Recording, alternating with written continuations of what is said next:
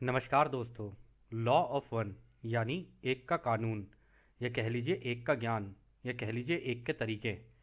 यह उसका 10वां सत्र है जो कि जनवरी 27 1981 को रिकॉर्ड किया गया था। दोहराया जाता है। इस किताब के द्वारा दी गई सभी जानकारियाँ और सूचनाएं आप मान भी सकते हैं, जान भी सकते हैं, नज़रअंदाज भी कर सकते हैं और सिरे से खारिज भी कर सकते हैं, या फिर नकार भी सकते हैं, क्योंकि यह आपकी फ्री विल है जो अनंत रचयिता द्वारा आपको दी गई है। दोस्तों, इसके साथ साथ एक चीज़ और कही जाती है कि यह मटेरियल सबके लिए फ्री है। तो यदि कोई इसके लिए या इसका इस्तेमाल किसी पैसा कमाने के तरीके से या किसी और तरीके से इस्तेमाल करता है तो यह उसका अपना व्यक्तिगत विचार हो सकता है। परंतु यह लॉ ऑफ वन ओरिजिनली जहाँ से है, एल एल रिसर्च से, वहाँ से भी सबके लिए फ्री है। और इसमें दिखाए गए चित्र और चलचित्र सारे फ्रीली अवेलेबल है। इसीलिए यदि कोई व्यक्ति इसका पैसा कमाने के लिए इस्तेमाल करता है तो यह उसकी व्यक्तिगत जिम्मेदारी होगी। धन्यवाद दोस्तों। तो पहला सवाल डॉन करते हैं। मैं यह जानना चाहता हूँ कि जब मेल्डेक्स से ये आत्माओं को यहाँ लाया जा रहा था, उस प्रक्रिया को एक के कानून के द्वारा कैसे किया जा रहा था और ये क्यों ज़रूरी था? मेल्डक में ऐसा क्या हुआ था, या वहाँ के लोगों के साथ ऐसा क्या हुआ था जिन कारण उन्होंने अपना ग्रह ही खो दिया? कितने वर्ष पहले ये सब हुआ था? तो रा कहते हैं, मेल्डक के लोग कुछ कुछ आपके यहाँ के अटलांटिस की सभ्यता की तरह के थे। उन्होंने तकनीक का काफ़ी अच्छा ज्ञान हासिल किया, यानी टेक्नोलॉजी का, और उन्होंने अपने ग्रह की परवाह किए बगैर इस तकनीक का गलत तरह से इस्तेमाल किया था।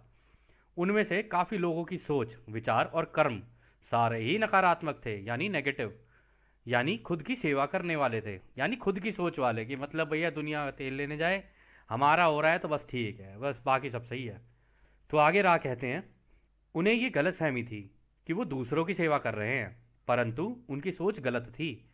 वहाँ ऐसी तबाही आई कि उनका जीवन मंडल ही बर्बाद हो गया, यानी अपना पूरा प्लेनेट ही उड़ा दिया उन लोगों ने, और वहाँ के लोग आपस में भयानक युद्ध करके इसे फाड़ दिया। तो दोस्तों, इसमें कुछ न्यूक्लियर टाइप का कुछ हुआ था। इन लोगों ने लाइन से सारे न्यूक्लियर बॉम्ब फोड़ दिए और पूरा प्लेनेट ही तोड़ दिया अपना, जिसकी वजह से एक एस्ट्रॉयड बेल्ट बनी हमारे ही सौर मंडल के अंदर। यदि आपको देखनी हो तो आप देख सकते हैं। अंग्रेजी में इसको बोलते हैं ASTEROID BELT। तो आप जाकर खुद चेक कर सकते हैं। तो फिर आगे वो कहते हैं, इस तकनीक का इस्तेमाल उन्होंने करीब 7,05,000 साल पहले किया था। दोस्तों, 7 लाख साल पुरानी कहानी है ये। यहाँ पर जीवन चक्र काफ़ी पहले से ही शुरू हो चुकी थी, क्योंकि वहाँ पर पहली घनत्वता के जीवन रूप बहुत पहले से शुरू हो गई थी। तो दोस्तों, वहाँ पे जो पहली घनत्वता होती है ना, पहली घनत्वता में आते हैं आपकी हवा, पानी और क्या कहते हैं, मिट्टी, और आपकी एयर। ये सारी चीज़ें पहले की पहले ही शुरू हो गई थी वहाँ पे। मतलब हवा, पानी, मिट्टी और आग, ये 4 चीज़ें होती हैं जो कि वहाँ पे पहले शुरू हो गई थी। और ये 7,05,000 साल पहले हुआ था। फिर वो कहते हैं, इस घटना से वहाँ के लोगों को इतना आघात पहुँचा कि पूरे के पूरे समूह में अंदर डर की गांठ ही लग गई। तो मतलब जितने भी लोग मरे, उनकी आत्माओं के अंदर जाके लगी गांठ। ये कोई ऐसा नहीं शरीर के अंदर गांठ लग गई हो, आत्मा के अंदर जाके, जिसे हम सूक्ष्म आत्मा बोलते हैं ना, उसके अंदर गांठ लग गई डर की। तो वो कहते हैं, कई समय ऐसे ही गुजर गए, मतलब काफ़ी साल ऐसे निकल गए। हम में से कोई भी उनके करीब नहीं जा पाया, क्योंकि जैसे ही हम उनके पास जाते थे, वो लोग डर जाते थे। कोई भी उनकी सहायता नहीं कर पाया। तो मतलब इतनी ज़बरदस्त गांठ लग गई थी उनकी कि अगर कोई उनको प्यार से यूं भी करे ना कि तो ठीक है मेरे भाई, प्यार से भी अगर उस सूक्ष्म आत्मा से अगर कोई बात करना चाहे ना, कर ही नहीं पा रहा था, क्योंकि डर की गांठ लग गई उसके अंदर। इतना भयानक डर। कोई भी प्लेनेट इस तरीके से फटता ही चला जाए, एक के बाद एक न्यूक्लियर बॉम्ब, भागने का मौका किसे मिलेगा? कहीं नहीं मिल रहा। कहाँ छुपेगा जाके? कहीं नहीं छुप सकता, क्योंकि बीच में से फटा, वो अंदर से फटा, नीचे से। जब नीचे से कोई ग्रह फटता है ना, तो पूरा का पूरा चारों तरफ चीथड़ उड़ जाते हैं उसके। तो फिर वो कहते हैं, फिर करीब 6 लाख वर्ष पहले तब के परिषद यानी कन्फेडरेशन के सदस्य उनके समूह के पास जाने में कामयाब रहे। उन्होंने उनके अंदर जो डर की गांठ थी उसे खोला। परिषद यानी महासंघ की बात हो रही है यहाँ पे। 6 लाख साल पहले महासंघ के लोग गए और उन्होंने जाके इनकी मदद की कि भाई इनकी डर की गांठ खोलो अब, वरना ऐसे तो ये फंसी जाएंगे सारे के सारे, कभी नहीं निकल पाएंगे इस डर से। तो फिर वो कहते हैं, तब उन सभी लोगों को याद आया कि उनमें चेतना है, यानी कि वो हैं। मतलब वो ये भी भूल चुके थे कि मैं हूं भी, मतलब जो आत्मा होती है ना, आत्मा को आप लोगों को लगता है कि उसे पता नहीं होता, आत्मा को ये ज़रूर ज्ञान होता है कि हाँ भाई मैं हूँ, मेरा कोई अस्तित्व है, उसे पता होता है। लेकिन इस केस में उनके साथ वो ये भी खो चुके थे कि भैया मैं हूँ, मैं होने का भी वो हिस्सा खो दिया उन्होंने।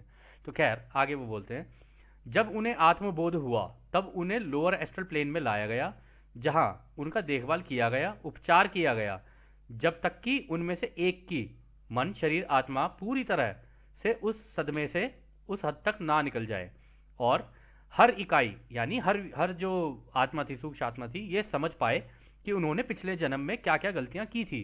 तो हुआ क्या कि आत्मबोध हुआ, वो कह रहे हैं लोअर एस्ट्रल प्लेन में लाए। तो लोअर एस्ट्रल प्लेन ये होते हैं दोस्तों कि हमारे ना 3 प्लेन होते हैं, एक लोअर होता है, एक मिडल होता है और एक हायर होता है, और इनके बीच में भी कुछ प्लेन्स होते हैं। ये प्लेन्स वो होते हैं जो आत्मा होती है ना, निकल के पहले लोअर में जाएगी, फिर इससे ऊपर जाएगी, फिर इससे ऊपर जाएगी, ऐसे करते करते हायर प्लेन्स के अंदर जाती है धीरे धीरे। पहले तो वो इसी हवा के अंदर रहती है, इसी हवा के अंदर ये लोअर हायर ये सारे बने होते हैं सारे के सारे। तो इसी के अंदर ही वो धीरे धीरे धीरे धीरे जाती है। जैसे कि उन्होंने पिछली बार भी कहा था कि जब कोई व्यक्ति मरता है तो वो एक रोशनी की तरफ चलता है, और जब वो रोशनी तीखी हो जाती है ना, वो वहीं रुक जाता है। ये बिल्कुल वैसी ही कहानी है। तो फिर आगे वो कहते हैं, जब उन्होंने अपना अनुभव ले लिया और अपने सारे जरूरी सबकों को सीख लिया, तब पूरे समूह ने तय किया कि वो अपनी गलतियों का पश्चाताप करेंगे। फिर वो आगे बोलते हैं, इस उद्देश्य के लिए उन्होंने अपने ग्रह में जन्म लेने का, आपके ग्रह पे जन्म लेने का फैसला किया, परंतु मानव रूप को स्वीकार नहीं किया। इस अनुभव को वो तब तक नहीं करना चाहते थे जब तक कि वो अपने सारे बुरे कर्म जो उन्होंने विनाश किया था उसे भूलकर दूसरों की सेवा करना ना सीख जाएं, प्यार करना ना सीख जाएं। तो उन्होंने यहाँ पे आए तो सही इस ग्रह के ऊपर, पर ये नहीं किया कि हाँ भाई हम कोई इंसान का रूप लेंगे, ना ना, मिला ही नहीं। मिला क्या, नहीं खुद ही नहीं चुना। ऐसे कर्म करने के बाद जब आत्मा जाती है, जब उसको ये चेतना का एहसास होता है कि मैं हूँ, और ऐसा कर लेती है, जब वो तो कर लेती, तब उसे एहसास होता है कि मैंने क्या कर दिया, मैंने करने कुछ गया था, करने कुछ गई थी, कर कुछ दिया मैंने। तो इस चक्कर में वो उन लोगों ने कहा नहीं, हम नहीं ले रहे इंसानों का रूप, क्योंकि हमें पता है कि अगर हम इंसान के रूप में गए तो हम ये फिर यही उल्टी हरकत करेंगे और इस ग्रह को भी फाड़ देंगे हम लोग बीच में से। तो फिर वो आगे कहते हैं, क्योंकि ये उन मेल्डेक के लोगों के अधिकांश लोगों का फैसला था, आपके ग्रह में ये स्थानांतरण यानी ये जो माइग्रेशन हुआ ना वहां से यहाँ पर जो उठा के लाया गया उनको, कहते करीब 5 लाख वर्ष पूर्व होना शुरू हो गया था। मतलब 7,05,000 साल पहले ये हुआ पूरा ड्रामा कि प्लेनेट फाड़ दिया। फिर 6 लाख साल यानी 1,05,000 साल तक उनके पास कोई जा ही नहीं सका। जाते कैसे, वो डर की गांठ ऐसी लग गई थी कि उन्हें निकाले कोई कैसे बाहर, इतनी भयानक थी वो। फिर उसके बाद फिर 1 लाख साल और निकले, 1 लाख साल और निकलने के बाद फिर उन्होंने वहां से उनको यहाँ पे भेजना शुरू किया कि ये ग्रह बचा हुआ है भाई, ये भी पहली घनत्वता में ही है, तुम चले जाओ। ठीक है, मतलब ये तीसरी घनत्वता में या तो घुस रहा होगा या पहली घनत्वता में होगा, तो ये जा रहा था। तो वो कहते हैं कि 5 लाख वर्ष पूर्व होना शुरू हो गया था, और उस समय जो शरीर उपलब्ध था उसका इस्तेमाल किया गया। मतलब जो भी शरीर उस टाइम पे अवेलेबल था, जिस तरीके की बॉडी थी, वो उनको दिया गया। तो डॉन कहते हैं, उस समय जो शरीर उपलब्ध थी क्या वो वानर प्रजाति के थे? तो रा कहते हैं हाँ ये सही है।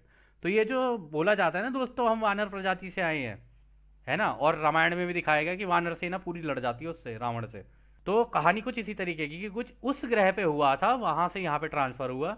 तो वो जितनी भी वानर प्रजाति, इस किताब के मुताबिक तो यही है दोस्त। तो वो कहते हैं कि वानर प्रजाति के थे। अब वानर प्रजाति के थे तो यहाँ पे उन्हें वानरों का ही रूप मिला, इंसान का कोई कैसे दे दे उनको। हालांकि 5 लाख साल पहले तो इंसानों की प्रजाति थी नहीं, यहाँ पे बंदर ही हुआ करते, सारे किंग कॉन्ग टाइप के जैसे नहीं होते वैसे।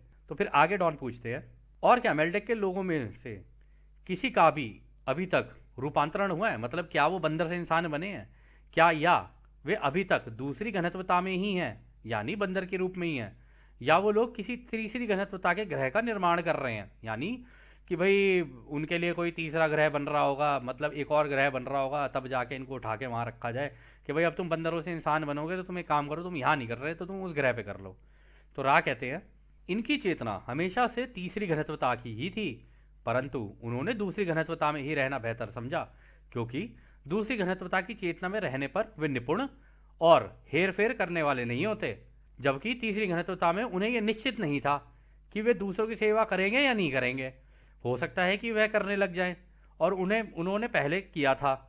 तो उन्होंने क्या किया कि देखो इस केस में हुआ क्या कि उन्होंने कहा कि भाई एक काम करो, हमने जिस तरीके के कर्म किए हैं ना, सारी की सारी सभ्यता के मैक्सिमम लोगों ने ये डिसाइड किया, जैसे यहाँ पर भी होता है भाई मेजॉरिटी विंस, मेजॉरिटी विंस, तो मेजॉरिटी ही थी वहाँ की, उन्होंने कहा भैया हम नहीं कर रहे ये, हमें पता है कि हम इंसान के रूप में आए तो हम इस ग्रह का भी यही हाल करेंगे। तो कहते हैं कि अभी जो ये है ना, ये इन्होंने दूसरी वाला इंसान का अभी बंदर का ही जमीन वो लेके और तुम्हारे ग्रह पे ही जी रहे हैं अभी ये। तो ये जितने भी आपको वानर दिख रहे हैं ना, ये भी अपनी दूसरी घनत्वता पूरी कर रहे हैं और सीख रहे हैं ये प्यार का तरीका। अब प्यार का तरीका सीखने का क्या होता है, एक बंदर की माँ अपने बच्चों को प्यार करेगी, बंदर अपने बच्चों को प्यार करेगा, समूह होंगे बीच में। लेकिन इनके अंदर अगर आप नोटिस करोगे, इनके अंदर आज भी वही चीज़ है आपस में लड़ने की। एक गुट दूसरे गुट से लड़ेगा, एक इनके अंदर लीडर होगा दादा बंदर। तो इस तरीके की हायरार्की उनके अंदर भी है कि हाँ भाई एक टॉप में दादा बंदर बैठा है जो घर का सबसे बड़ा मुखिया होगा, फिर उसके नीचे सारे होंगे। इस तरीके की सारी कलाकारी वहाँ पर भी थी। और वो भी इसीलिए क्योंकि उनको ये पूरा निश्चित नहीं था उनको अंदर से कि वो दूसरों की सेवा करेंगे या नहीं करेंगे। उन्होंने कहा नाना बंदर रह के कर लेते हैं जो भी करना है, अभी चुपचाप इसी में पड़े रहो जो भी है। तो फिर डॉन आगे कहते हैं, फिर भी उनमें से कोई तो ऐसा होगा अब तक जो कि इस 75,000 साल के चक्र को पूरा करने के बाद दूसरे से तीसरी घनत्वता में आ पाए हों। मतलब फिर भी कोई तो होगा यार, 75,000 साल निकल गए हम इंसानों की सभ्यता के, कह रहे कोई तो होगा जो दूसरी में से बंदर से इंसान बना हो। तो रा कहते हैं इनमें से कई लोगों ने अपने कर्मों को समझा और सबक सीखकर ठीक भी किया था, तथा उनकी तीसरी घनत्वता के चक्र को तीसरी घनत्वता के शरीर में स्वीकार किया गया। उनमें से कई लोग थे जो आगे बढ़ गए, उन्होंने किसी और तीसरी घनत्वता के ग्रह पे जन्म लिया। उनमें से कुछ लोगों ने अपने ग्रह की तीसरी घनत्वता में भी जन्म लिया, मतलब आपके ग्रह के, कह रहे उनमें से कई ऐसे हैं जो अभी भी दूसरी घनत्वता में ही हैं। उन्होंने अभी भी अपना सबक नहीं सीखा है, इसलिए वो वहीं ठहरे हुए हैं। तो ऐसा नहीं है, उन बहुत सारे बंदर थे अलग अलग तरीके के, तो उन बंदरों में से कुछ कुछ लोगों को तो हो गया। अब जैसे बंदरों में जनरली ये होता है कि जो माँ होती है ना, उसको अपने बच्चे से प्रेम होता है ना, बच्चे को माँ से प्रेम होता है, तो वहाँ से सीखना शुरू करता है वो। अब बाप को भी अगर बच्चे से प्यार होगा तो ऐसे धीरे धीरे करके शुरू होता है। अब जिन जिन को वो प्यार का समझ में आ जाता है, तो जब वो मरते हैं तो फिर वो वहाँ जाते हैं, वो कहते हैं कि हाँ अब हमें लग रहा है हमें प्यार थोड़ा बहुत समझ में आया है। तब उन्हें उठा के किसी और ग्रह पे रखा गया। अब वो कहाँ रखा गया, इतनी पूरी अनंत रचना है उसके अंदर, कहाँ पे रखा होगा हमें पता नहीं, ना ही इस किताब में शायद बताया आगे। तो कह रहे कि कुछ तो वहाँ चलेगा और कुछ ने कहा कि नहीं नहीं हम इसी ग्रह पे कर लेते हैं, कोई बात नहीं हम इस ग्रह पे आ जाएंगे, मतलब हमारे ग्रह पे जिसे हम अर्थ बोलते हैं। तो आगे डॉन कहते हैं क्या वो बिगफुट जैसा है कि आपने बताया था, मतलब बिगफुट जैसे हैं क्या। तो रा कहते हैं हाँ वो एक तरह के बिगफुट है, यानी एप्स की बात हो रही है यहाँ पे, जैसे वो नहीं होते चिंपैंजी वगैरह, उनकी बात हो रही है यहाँ पे। तो डॉन कहते हैं तो जो अभी हमारे ग्रह के इंसान हैं उनमें से कुछ मेल्डेक से आए हैं और कुछ मंगल ग्रह से आए हैं। क्या कुछ अलग जगहों से भी इस धरती पर इंसान आए हैं क्या, मतलब जिन आत्माओं ने यहाँ पे इंसान का रूप लिया है। तो रा कहते हैं हाँ वो सारे लोग जो आज आपकी धरती पर है, वो लोग इस पूरी सृष्टि से अलग अलग जगहों से यहाँ पर आए हैं। जैसे कि जब किसी ग्रह में एक चक्र पूरा होता है तो वो लोग जो सबक सीख नहीं पाते हैं और उन्हें दोहराना पड़ता है, तो उन्हें इस ग्रह में भेजा जाता है और वह अपना सबक दोबारा सीख सकते हैं। यहाँ पर सीखने आते खुद ही चुनते हैं इस ग्रह को। आप लोग जो जितने भी लोग आप देख रहे हो ना, अगर आप इस ग्रह पे हो इस किताब के द्वारा, तो ऐसा नहीं है कि ये आप ऐसे ही आ गए यहाँ पर कि जी मरे और फिर ऐसे ही आ गए, ना ना आपका चुनाव है ये सब कुछ। जो भी चीज़ें हैं अभी आप देखते जाना, आगे आपको पता चलेगा आपकी ज़िंदगी में जो जो चीज़ें हो रही ना आपने कैसे चुनी है, आपको सब पता चल जाएगा इस किताब के द्वारा। फिर वो कहते हैं इस प्रकार आपके ग्रह में मेल्डेक से मंगल ग्रह से तथा बड़ी संख्या में वो लोग हैं जो अपना चक्र दोहराने यहाँ आए हैं। मतलब कि कुछ लोग ऐसे हैं जो कि भाई मेल्डेक से आ गए, कुछ मंगल ग्रह से आ गए, कोई अलग अलग अलग अलग ग्रहों से आए लोग उठ उठ के। उनकी दिशा अलग अलग है, इसलिए उनकी सोच को एक तरह करना संभव नहीं हो पाता है, चाहे उन्हें कितना भी सिखाया जाए। मतलब कि देखो दोस्तों, इस ग्रह पे ना अगर आप देखोगे भी ना, मतलब हमारे ग्रह पे सबकी सोच अलग अलग है। कोई किसी किसी देश में पैदा हुआ है, कोई किसी देश में पैदा हुआ है, सबके अपने अपने कल्चर हैं, उसको फॉलो करते हैं सबके सब। तो इसीलिए भी यहाँ पे पहले क्या होता है, गुट बन जाते हैं सबके अलग अलग, किसी ने ये गुट बना लिया, किसी ने वो गुट बना लिया, किसी ने कुछ किसी ने कुछ। तो अगर देखा जाए तो सारे के सारे अलग ग्रहों से हैं, लेकिन सब अपनी अपनी रिपीट कर रहे हैं, यहाँ पे कोई अलग नहीं है किसी दूसरे से वास्तविकता में। तो आगे डॉन कहते हैं जब मेल्डेक को तबाह किया गया था तो क्या उस समय वहां पर सभी लोगों को दिक्कतें हुई थी, या कुछ ऐसे लोग भी थे जो बच गए थे, जो कि थोड़े विकसित हो चुके हों और जिन्हें किसी और ग्रह में स्थानांतरित कर दिया गया हो, यानी किसी और ग्रह पे भेज दिया हो, क्या ऐसा हुआ, ये सारे के सारे ऐसे थे। तो रा कहते कि इस तबाही से कोई भी नहीं बच सका, सारे ही निपट गए एक साथ ही। कहते इस तबाही ने ना तो ग्रह बचा और ना ही लोग, सारे ही हवा में झूल गए जितने भी थे। उनमें से एक भी ऐसा नहीं था जिसके भीतर डर की गांठ न लगी हो। तो फिर डॉन कहते हैं, क्या इस तरह का खतरा इस समय पृथ्वी में होने की संभावना है? तो रा कहते हैं, यदि पूरे ग्रह के लोगों के मन, आत्मा और शरीर के भविष्य का अंदाजा लगा है तो संभावना कम है। मतलब सारे लोग नहीं मांग रहे हैं ऐसे कि जी हमें न्यूक्लियर वॉर चाहिए, न्यूक्लियर वॉर चाहिए, मांग नहीं रहा है कोई। हाँ वो बात और है, अगर सबने मांग लिया ना कि हाँ इससे युद्ध करो, उससे युद्ध करो, इसने हमारा ये कर दिया, इसने हमारा वो कर दिया, फिर तो हो जाएगा ये काम, फिर तो पक्का हो जाएगा। तुमने मांगा तो तुम्हें मिलेगा ही मिलेगा, ये पक्की बात है। तो फिर आगे वो कहते हैं, परंतु हम निश्चित नहीं है कि आपके पास जो तकनीक आई है उसका आप किस तरह इस्तेमाल करेंगे। ये दूसरों के भले के लिए होगा या उसका उपयोग तबाही लाने में होगा। तो रा भी यही कह रहे तुमने न्यूक्लियर वेपन बना तो लिए हैं सब देशों ने, कह रहे लेकिन हमें नहीं पता कि तुम इसका इस्तेमाल कैसे करोगे, कैसे नहीं करोगे। तुम इसका इस्तेमाल दूसरों के उपयोग के लिए करने वाले हो या इसको तबाह करने के लिए करने वाले हो। और अभी अभी दोस्तों रिसेंटली पता चला है कि पहले तो न्यूक्लियर फिजन के बम थे, अभी रिसेंटली न्यूक्लियर फ्यूजन के बम बन गए हैं, जो कि उससे भी घातक हैं, बहुत ही ज़्यादा घातक हैं ये। तो खैर आगे रा कहते हैं हमारी समझ से आपके धरती के लोगों के मन तथा आत्मा को दिशा देने की ज़रूरत है, ना कि इन खिलौनों को तोड़ ही दिया जाए। क्या ये सभी चीज़ें रचयिता का हिस्सा नहीं है? इसलिए स्वतंत्रता पूर्वक चुनना आपका सम्मान और कर्तव्य है। कहते कि ये आपके ऊपर है दोस्तों, बना तो लिए हैं तुमने, तुम देख लो तुम्हें क्या करना है क्या नहीं करना है, कर तो लिया है तुमने सारा कुछ, तुम्हें चाहिए न्यूक्लियर युद्ध तो तुम्हें मिल जाएगा।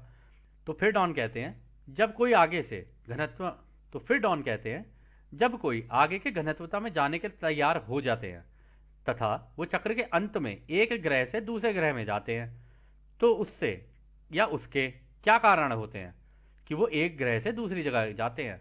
यानी जब भी कोई एक डेंसिटी चेंज करता है, अपनी घनत्वता को अंग्रेजी में डेंसिटी कहते हैं दोस्तों, तो वो कहते हैं जब भी कोई तैयार हो जाता है ना कि भाई एक चक्र उसका हो गया पूरा, वो सीख गया, इतने इतने उसके लेसन सीखे उसने, अब वो दूसरी में जाएगा, किसी और ग्रह पे जाएगा कैसे जाएगा, इसका एक तरीका होता है। तो रा बताते हैं, कहते हैं रचयिता की योजना का प्रथम चरण है कि हमारे मन, शरीर और आत्मा के संपूर्ण अस्तित्व, यानी कि हमारा हायर सेल्फ द्वारा हमारे मन, शरीर, आत्मा को प्रेम और प्रकाश में रखना। तो मतलब यहां पर राय ये कह रहे हैं कि देखो रचयिता ने जिस तरीके से बनाया हुआ है ना ये पूरा का पूरा ब्रह्मांड, आप सबका, हमारा भी, हम सबका एक हायर सेल्फ होता है। हायर सेल्फ पता है कौन होता है? ये समझ लो आपका प्रतिबिंब, मतलब आपकी कॉपी, जो इस घनत्वता में नहीं होगी, बहुत ही आगे की घनत्वता में होगी, आप ये मान लो फ्यूचर में कहीं। उसका काम होता है कि आपकी मदद करना कि भाई मुझे क्या चाहिए, कैसे चाहिए, क्या वो, लेकिन वो तभी हो सकता है जब आप मांगो। अगर आप अपने बुद्धि और उससे दिमाग से चले तो कभी नहीं हो पाएगा, हो ही नहीं सकता। आगे जाके आपको पता चल जाएगा क्यों नहीं हो पाता वो। तो वो जो होता है ना वो बड़ी हायर डेंसिटी के अंदर होता है, वो बिल्कुल एकदम और भी अंदर की घनत्वताओं में। तो उसका काम ये होता है कि वो आपको जब जब भी कोई व्यक्ति मरे, क्योंकि उसका खुद का हायर सेल्फ है, उसकी जिम्मेदारी होती है कि इसको उस प्रकाश में, प्रेम और प्रकाश में रखे, और फिर वो चलना शुरू होता है। और उसके साथ साथ उसका हायर सेल्फ भी चलता है कि जी ये मेरा छोटा भाई है और मैं छोटा भाई के, मेरा छोटा प्रतिबिंब है, मैं इसका बड़ा, मैं इसका फ्यूचर हूँ, हम दोनों साथ साथ चल रहे हैं। और फिर वो देखता है कि हाँ भाई अब इसको तीव्र लग रही है ये चैता की रोशनी, यहाँ रुक जा तू, तेरी इच्छा है, वो वहीं रुक जाता है फिर उसके बाद। तो खैर आगे बताते हैं रहा, यानी कि मरने के बाद जो हमारा हायर सेल्फ होता है वो हमारे मार्गदर्शन देता है तथा हमें रचयिता के प्रेम और प्रकाश में लेकर जाता है। ये इसलिए होता है ताकि ये निश्चित हो सके कि आपके अच्छे से हीलिंग हो सके और आपके अंदर कोई भी रुकावट नहीं हो। इसे ठीक होने में हर व्यक्ति को अलग अलग समय लगता है। तो मतलब दोस्तों होता क्या है ना कि जब मर के जाता है ना कोई व्यक्ति, अब मान लो कोई एक्सीडेंट से मर गया, कोई ऐसे मर गया, किसी को हार्ट अटैक आ गया, किसी को कुछ आ गया, कोई ऐसी नॉर्मल मरा अपनी पूरी जिंदगी जी के, तो हर किसी की ना हीलिंग जरूर होती है। हीलिंग मतलब उसका इलाज जरूर होता है आत्मा का, पहले उसकी पूरी की पूरी तैयारी होगी। आप हम लोग जैसे कर देते हैं ना क्रियाक्रम किसी का, या जो सबके अलग अलग तरीके होते हैं, हम कर देते हैं ना, असली काम तो इनका होता है उसके बाद कि भाई इसको लेके जाओ, अब इसकी तैयारी करो, पहले इसकी पूरी आत्मा को हील करो, ठीक करो, कह रहे उसके बाद देखो ये आगे कहाँ जाना चाहता है, इसकी इच्छा है। और कहीं पर भी आपकी आज़ादी का उल्लंघन नहीं होता इस पूरे प्रोसेस में, जहां जहां आप मांगते जाओगे वैसे वैसे आपके लिए चीज़ें होती चली जाएंगी। और वो बता रहे हैं ना हर व्यक्ति के लिए अलग अलग हो सकता है, तभी हम कह रहे हैं कि यार हो सकता है कि कोई एक्सीडेंट से मर जाए, कोई ऐसे मर जाए, कोई वैसे मर जाए, जैसे भी मरे हीलिंग तो उसकी होनी होनी है, कुछ भी कर लो। तो फिर रा कहते हैं ये होने के बाद आपके पिछले सारे चक्रों के अनुभवों को घोलकर छाना जाता है, बच जाता है केवल शुद्ध अनुभव। तो होता क्या है पता है दोस्तों, इस केस में ये होता है कि जैसे मान लो आप अपनी हम मान लो हम किसी का एक उदाहरण लेके चलते हैं, किसी भी एक्स वाई जी का उदाहरण ले लेते हैं। अब मान लो उसको इस एक चक्र के अंदर, जो एक चक्र होता है ना, 25-25 हज़ार साल के 3 होते हैं ये। अब कोई पहले 25 हज़ार साल में निकल जाएगा, कोई दूसरे में निकल जाएगा, कोई तीसरे में निकल जाएगा।